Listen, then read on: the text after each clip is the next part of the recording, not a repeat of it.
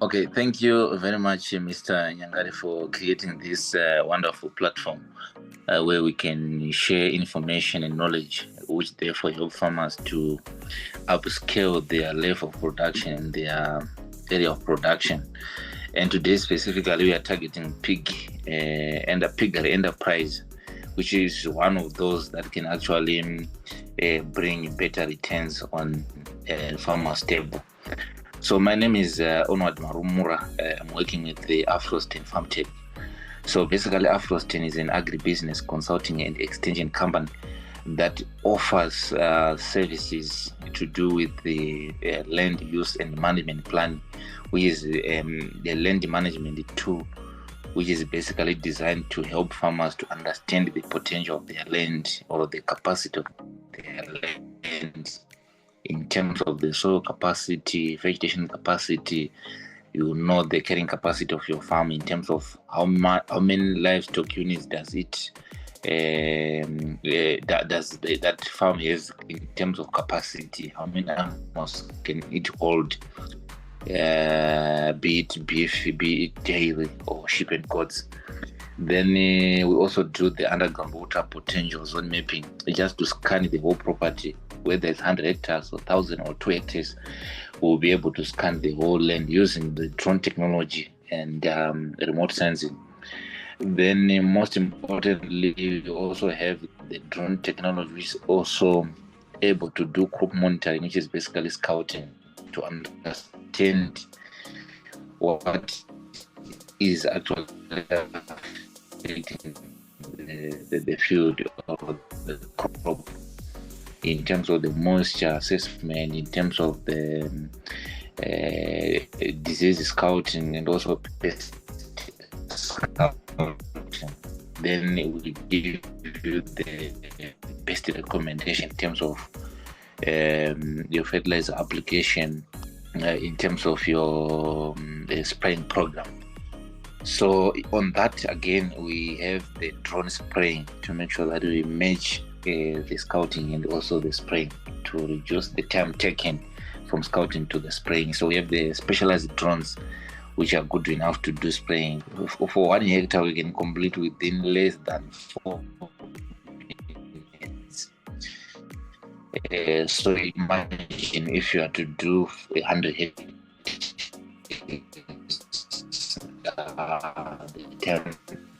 Sorry, Onward. Just to hold you there a second. The boom spray away.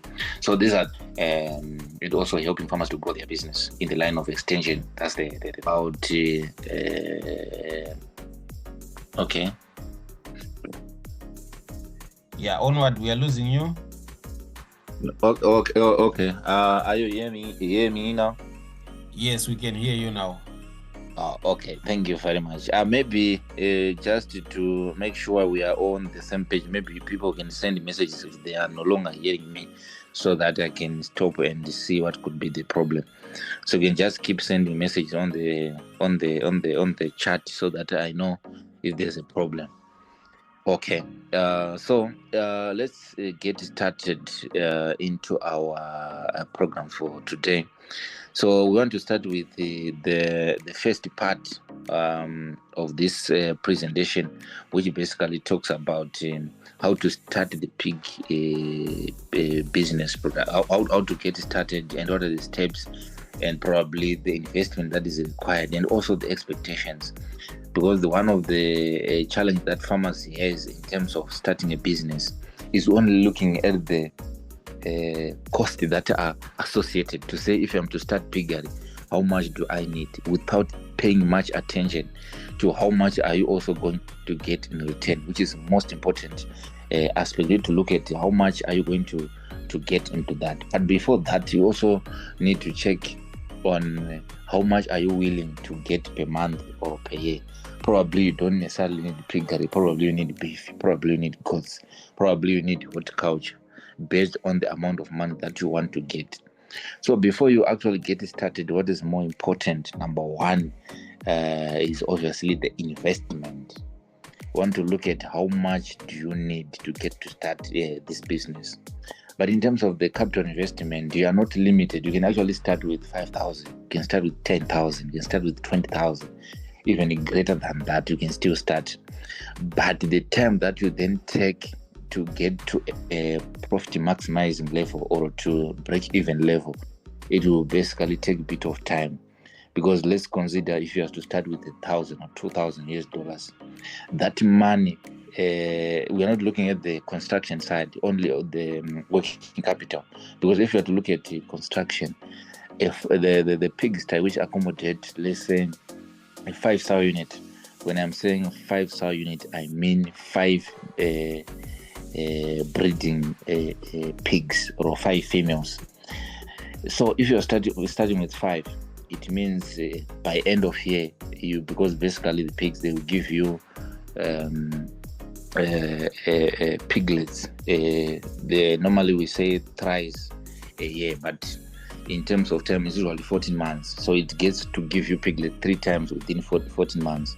So if you are having 5, that's on average, you can get a litter size. A litter size, that's the number of piglets that are born per each farrow. So we are saying if you are to get maybe 10 minimum, 10 by 3, which means within 14 months, one pig is giving you 30 piglets. So if you say 30 piglets but by 5 pigs, that's basically 1/5. Then you remove the mortality, which is basically 5%. So you can left with, let's say, 1/3 as your animals which are sellable. So that 5 is basically a minimum to get started. And in terms of cost, we are looking at around $350, $400 per each sow. So that's 400 by 5, which is basically 1,500. And one boar, that's the male pig, and that's obviously nearly, let's say, 2,000. So that's your 2,000 in terms of your breeding. Then we go to the feeds.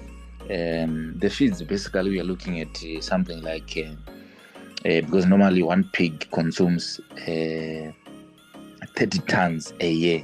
When I'm saying one pig, I mean with its 30 piglets that we are talking about until they get to maturity, or they get to point where you are now selling them. So looking at 30 tons per pig, including its piglets and also including the feed that they consume when they are to grow from piglets until they are ready for the market. So for the 5 pigs, we are saying 30 tons multiplied by 5. That's basically 150 tons. So that's the amount of feed that you need per year. So if you calculate the amount that is required there on 30 tons to say how much is needed, you see the figures.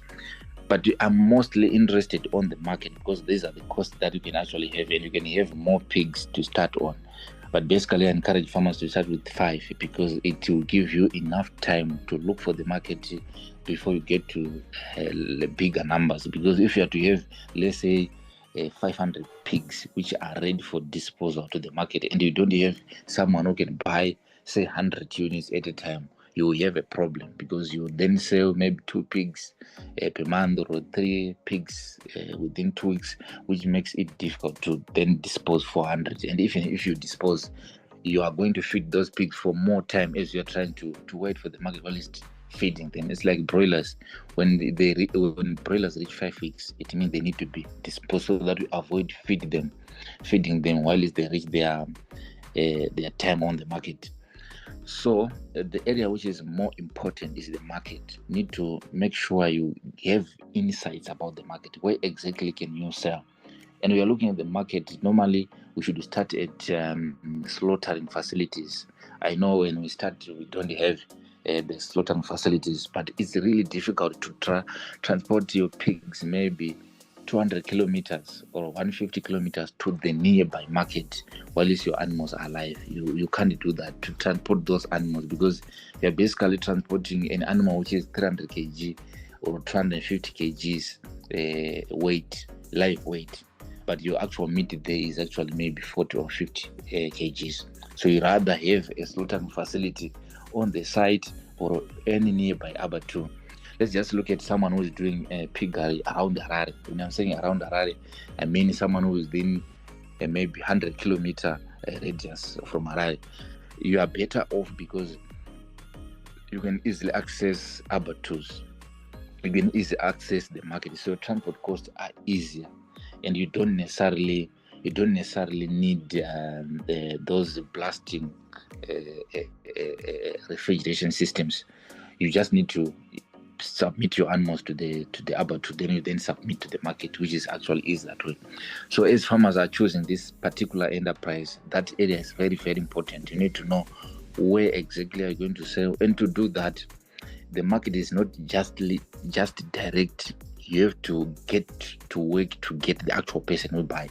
Yes, we can discuss generally here to say a pig market is very lucrative. It's there, people are eating pork, people are doing goch, and even the butchery, they are in need of that pork. But if you don't know the actual person who say, can you sell to me maybe 10 pigs per week, you are going to have problem. You need to have those people who would say, can you supply us this quality and these numbers? And the market, it's not only about knowing where to supply or who to supply, but it's also you have to know the quality that they require. If you have to supply the pork, which quality do they need in terms of fat content, in terms of the weight? Some they would say, I will need especially for those that are doing goch, they will need that quality, that lean quality from your pigs. So you then basically know which breed are you going to use. And normally people, they tend to choose the Jurok crossed to large white because it produces a very good meat quality with a small fat layer, which makes it good both for goch as well as for just for general dishes at home. So that's one area that need to be mastered there. Then we go to the knowledge. That's the biggest gap with the pharmacy, because you would want to take someone who's average, you would want to take someone who's cheaper, you would want to take someone who doesn't increase your costs. But in most cases, farmers are losing a fortune because of that, because you don't want someone to experiment your investment. You don't want someone to take your 20,000 that you're investing and start to do some experiment. I want to see how the Jurok will perform. Then after maybe 2 farrows, you say, I know the Jurok is not performing well, let's try to do the large white. Then after 2 seasons, so you will get it right maybe after 2 years or after 3 years. But how much money have you lost?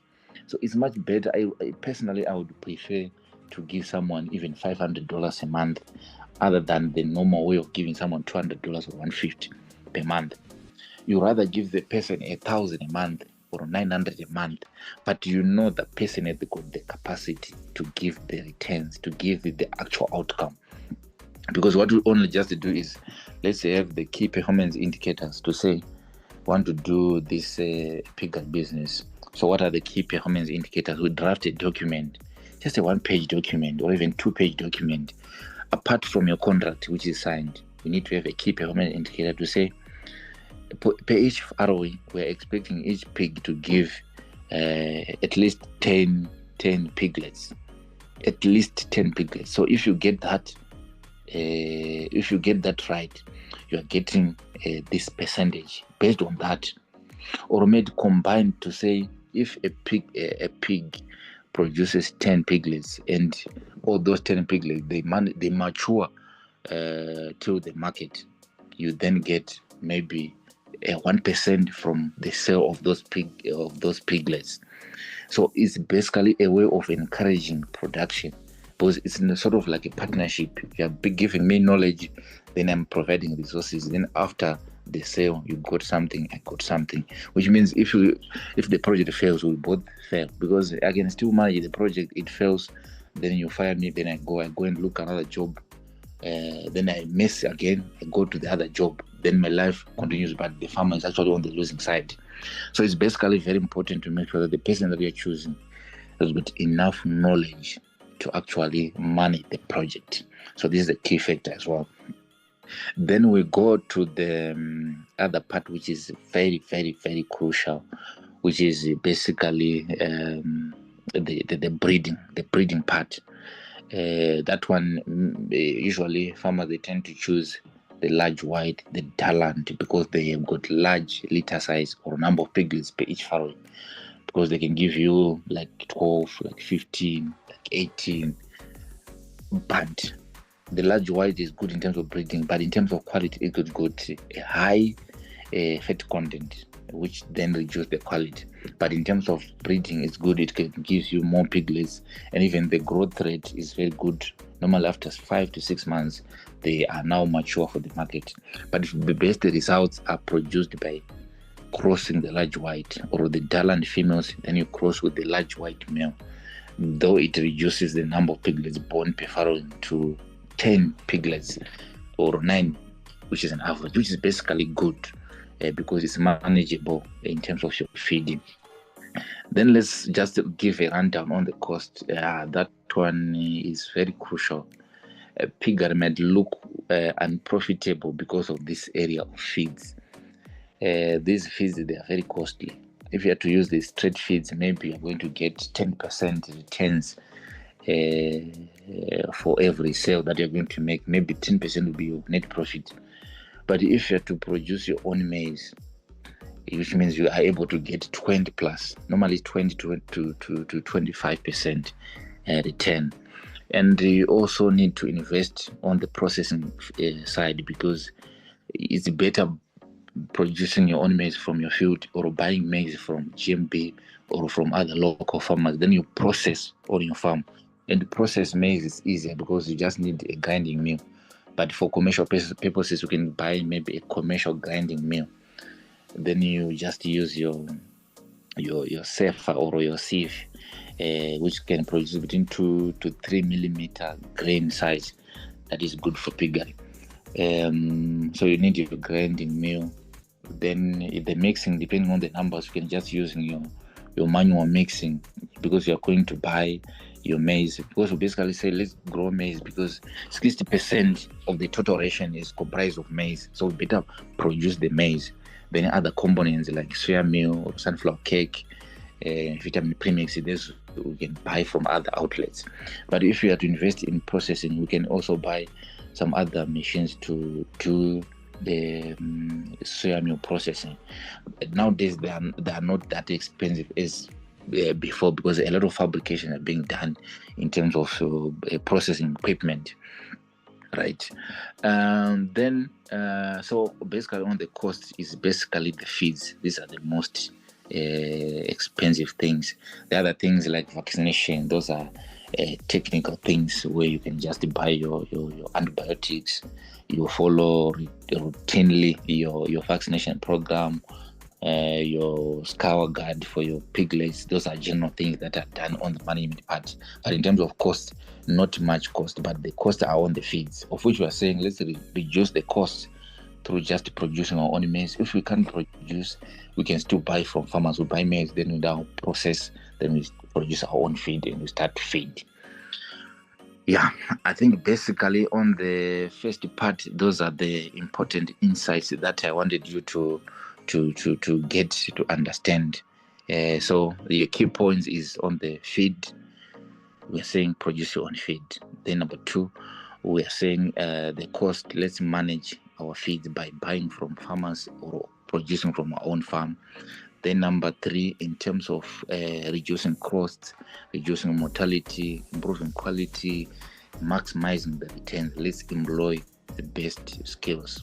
Not only the farm manager, but also even the people, the employees, they have to know how to do the work, how to do the general routines in terms of cleaning the pigsties, in terms of knowing that this animal is not feeling good, and also just cleanliness of the environment.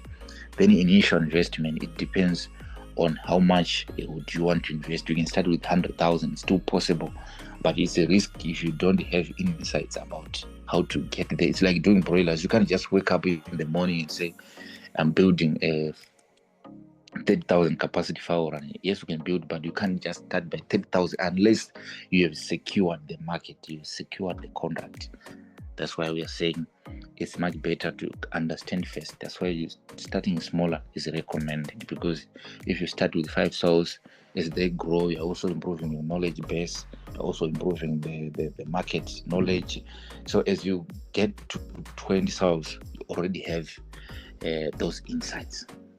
So basically, this is the first part. Let's now go to the second part. The second part is basically market potential, investment opportunity, both local and export prospects. Yeah, the local market I've covered. The market is there. You can see with these prices that are done these days, things are improving in Zimbabwe. Things are improving in terms of disposable income. Things are improving in terms of general standards of living, unlike previously where the braai was only for the middle class. But nowadays, every Friday people are partying, every Saturday people are partying. Even during the week between Monday and Friday, people are partying and they are consuming these pigs, beef, even the chickens. So basically, the local market, we are not actually satisfying the requirement of the market. I have colleagues that I know that are doing these pigs. One of the guys has got a butcher in Tafara. They are saying per day they sell about five or six pigs per day. And in terms of their farm, they don't have the capacity to produce the 5 to 6 per day. So they then buy from other farmers. So it's just a clear picture to say the market is there, but you just need to be unique in terms of your quality and also how you approach the market. So basically the challenge that we have with farmers in Zimbabwe, not even in Zimbabwe, but in Africa, is we are production oriented. We only think about where can I get the best breeds, where can I get the best feed, where can I get the cheaper vaccinations, where can I get the best manager, which college produce best students for attachment, which college may produce best farm managers. That's what we are stressed off in terms of management. But we then forget about the market. And you don't produce and you look for the market. You look for the market, then you supply the product. So the market is to start first. That's why we are giving life to Makoronyera, because of how we are production oriented. We are not focusing much on the market, researching and also deeping dive to say how much they need and what quality, what time. You ended up saying if you go to Mbari, they will know if you produce cabbage during this time or during these days of the month, you're going to make more sales than producing cabbage during this time of the year. So if you have those insights and you don't just get that information maybe from a consultant or maybe from someone who is in marketing, no, you get that information through experiencing it. That's why I'm saying you can't just start by having 500 pigs on your farm, but you have to start smaller. But after a year, you now have more insights about how to actually approach the bigger markets. But the other thing which is low-hanging fruit is on the processing. Like what I said, farmers are production-oriented. They want to end on the fattening of pigs. When they get to 6 months, they are ready for market, then their job is done. But look at someone who is owning butcheries, who is owning the whole value chain. You can have 1 or 2 butcheries around the town, or even having the butcher on the farm where you are now selling wholesale meat. Then people with the butchery, they can come and buy. At least that slaughtering and blasting, it's a value-added product. So the price is actually increasing. Like right now, the wholesale price for pork, I think last time when I checked, it was $3.30. That's all, $3.30 or $3.50, some of the packaging. Then when you come to town, they are selling it around $4.50. It's actually $5.50, $5 and above. We mean the butchery owner is owning a $2 steak per every kg, or $1.50 per every kg. Within how many days? Within a day. Just a matter of going to the farm and buying your 2 pigs, then you start to sell them in your butchery. Then you're getting $2 or $1 per every kg that you are selling. So it's just a matter of just starting on butchery, and then you invest toward that area. Then in terms of export, yes, the export, the markets, they are there. It's just a matter of, if not even to European countries, but even in Africa. Think of countries like Zambia, South Africa. Yeah, South Africa might be challenging because they already have bigger capacity than us. Then think of Mozambique. You can actually do your export to those countries, but the most stressing issue will be on the refrigeration, which would then add cost. And also the blasting. You need to have your blaster on the farm so that when you just plug them, then you put on your refrigerator, you can still supply. But we don't want to talk about the export now. Why? Because we are not even supplying enough on the local market. So which means we need to make sure we satisfy the local market. Then later on, we start to expand to those. Because if you are to say I'm selling 10 pigs per day, you are able to deliver those within a day without having much challenges. Then later on, you can now think of the export. But if you're thinking of export, we can export them as value-added products, maybe as sausages. We already seeing these sausages are being imported. Some of them are imported from South Africa. So we can actually do that, then start to export as a value-added product, not necessarily as pork meat. It is very easier. Then let me jump to profitability. Just the breeding, disease control. We have covered some of the things in terms of feed techniques. Then we go to the breeding. I have told you that you need to choose your breeds wisely. We have a local breed which is Mukota, which is very much preferred by the Chinese because of very good quality, low fat content. Normally the Chinese prefer that. They actually import it and they are now breeding it in China. But because it has got a poor yield, or the carcass yield is smaller, and also the growth rate is poor. Even the time that you need to keep that Mukota breed, the local breed, the black one, good quality, but in terms of the business side, it's challenging. Thinking of those large ones that I'm talking about, and the Daland, thinking of the Jurok, these are good breeds. But let me dive on to the disease control, because this is the part that I didn't talk much. The diseases, normally people, they thought maybe pigs are easier to manage, but every animal, it needs precision in terms of vaccinations, providing the proper nutrition, providing proper care in terms of cleaning, disinfections, and also preventing unauthorized movements within the section, which means you need to make sure that the place that you're doing your piggery is well fenced, and you provide a footpath to make sure all the cars that are entering the unity, they also dip, so that we prevent occurrence of various diseases.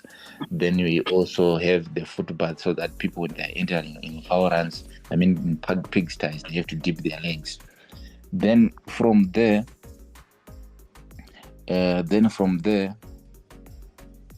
okay, I saw the question. I will answer. That.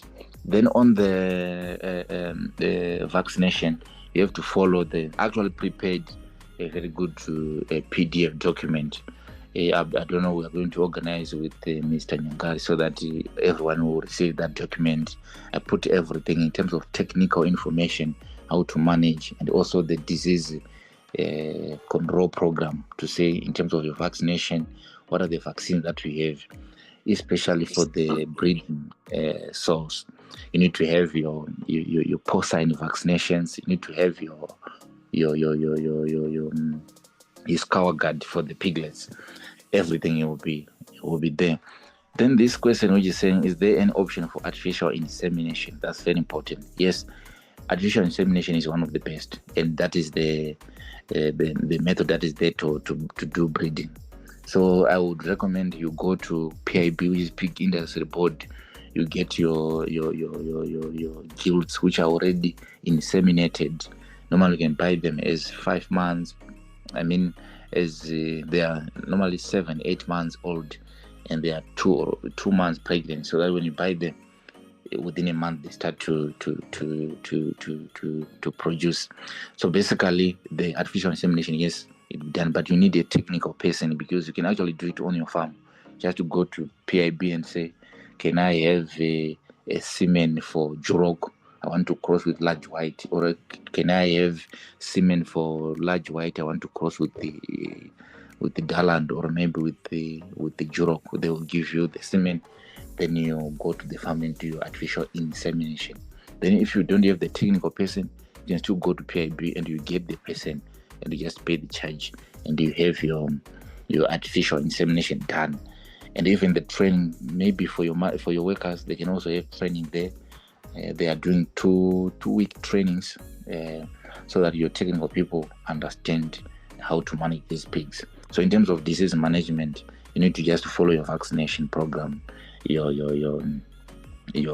disinfections, because we have a problem of mange. Mange is it's caused by ticks, so you need to make sure you are dipping your pigs every time. You are brushing them. In terms of cleanliness is okay, because basically pigs, they are washed twice a day, which is in the morning around 10, then later in the evening around 4. So you need to make sure that you follow that process of cleaning to make sure that you don't promote occurrence of various bacteria. Then the other question, what was the difference in terms of cost of using a bow? Basically, in terms of the cost, using a bow is always cheaper because it's a once-off investment that you have, and the bow normally lasts for around 5 years if you are keeping it very well. But the only challenge is on avoiding inbreeding.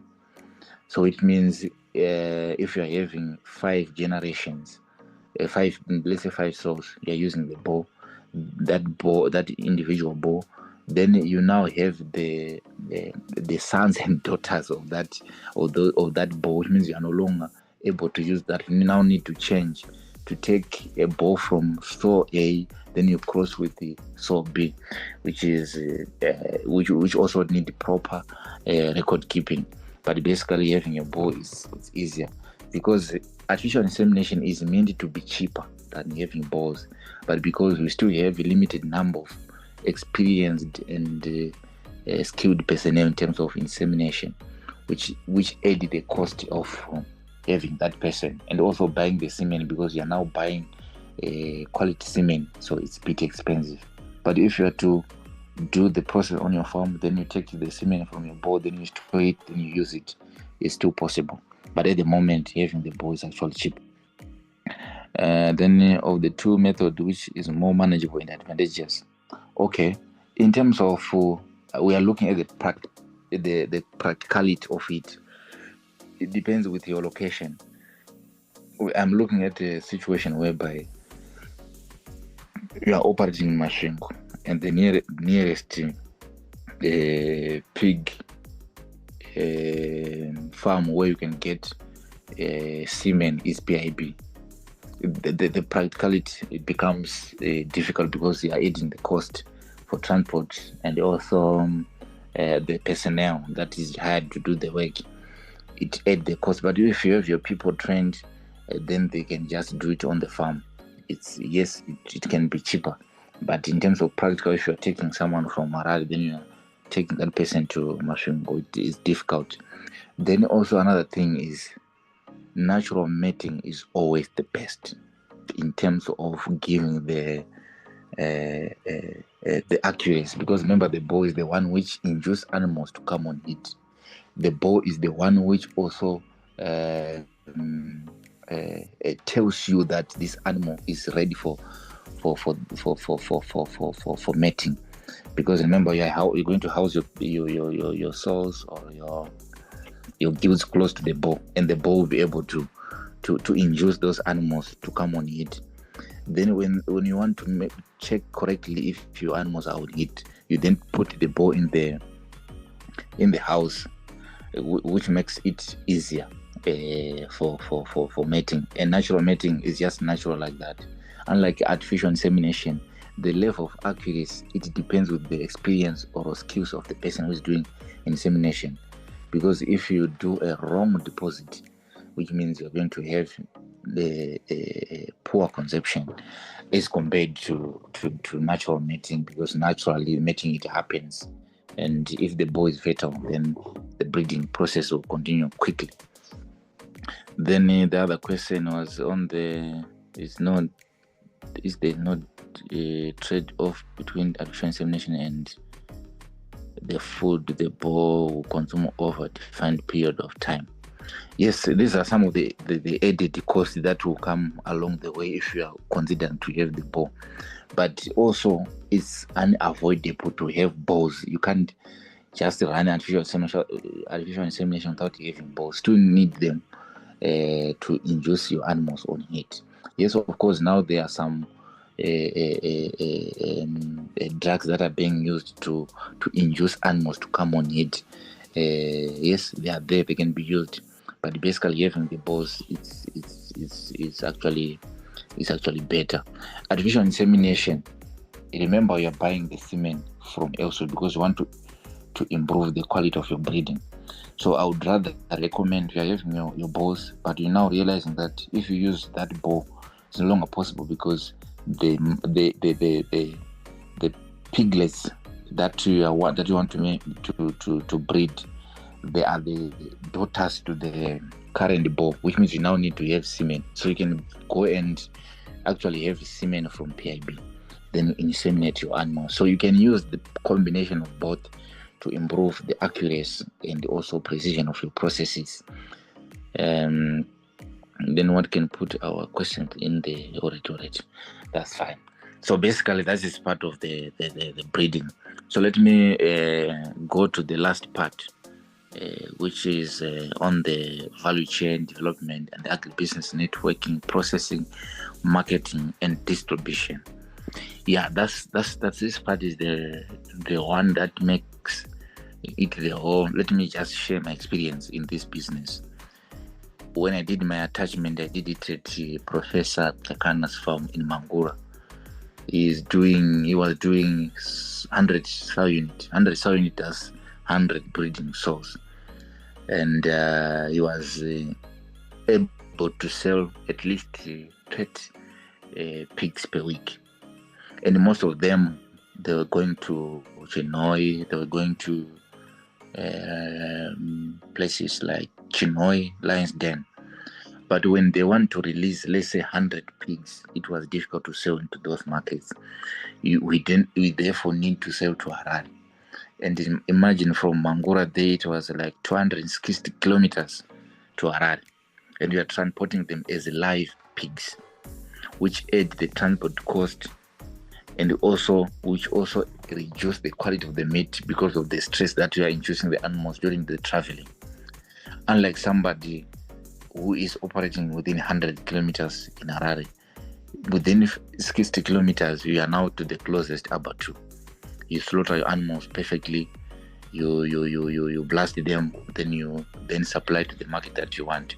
And the blasting part is very important because if you are blasting your animals, it means in terms of cutting, you are producing a very fine the pieces of pork, which is easily marketable as compared to someone who is doing a manual process. The quality is reduced, and even the market that you are going to approach there is going to be different. So basically, you need to look at the transport facilities. If you are to do your slaughtering, you buy your refrigerated trucks or you are hiring them. But if you are now doing, let's say, quantities like you are supplying 20 per day, even people will be coming to buy from the farm directly, as opposed to supply yourself direct to the market. So it's basically creating the network between the buyers, the wholesale market, as well as other service providers like the slaughtering facilities, because the slaughtering is going to improve the quality in terms of how you are going to slaughter those animals, how you are going to blast them, as compared to just putting. Remember, this is white meat. Chickens and pork, they are very, very fragile in terms of getting deteriorated. So you're also looking at the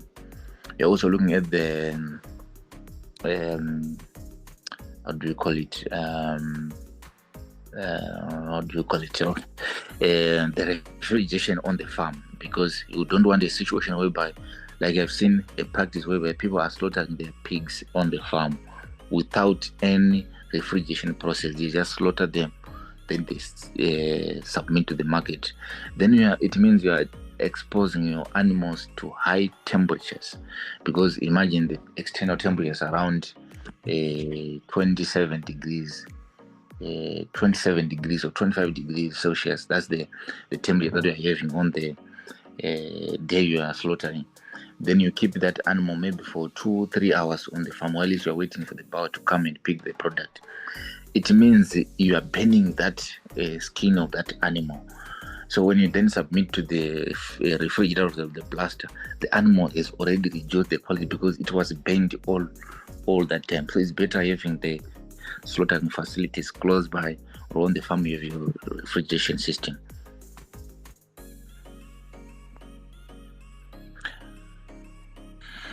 Then let me check if there's a part that I've skipped there.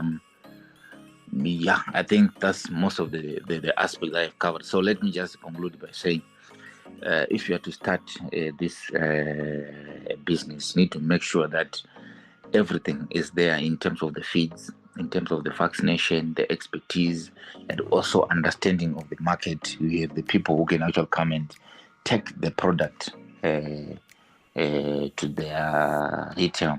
And also the other part that I've left out is also the biogas production, because sometimes we also need to heat the animals, also need to reduce the cold within the piglets so that we reduce mortality. So we rather have a heating process. If we don't have biogas, then you need to buy the charcoal heaters or even the electric heaters or the gas heaters, though the charcoal is a bit cheaper, because nowadays we have a challenge of electricity. So we might need a sustainable solution like the charcoal, maybe, and the gas. So the biogas, yes, you can have your biogas digested, designed, and mapped out so that you are able to produce the biogas which you are going to use to heat your piglets as well, especially in winter. Then also you can also supply to your use at your homestead or even at the compound or your workers' residence on the farm. Yeah, I think that's the end of the presentation.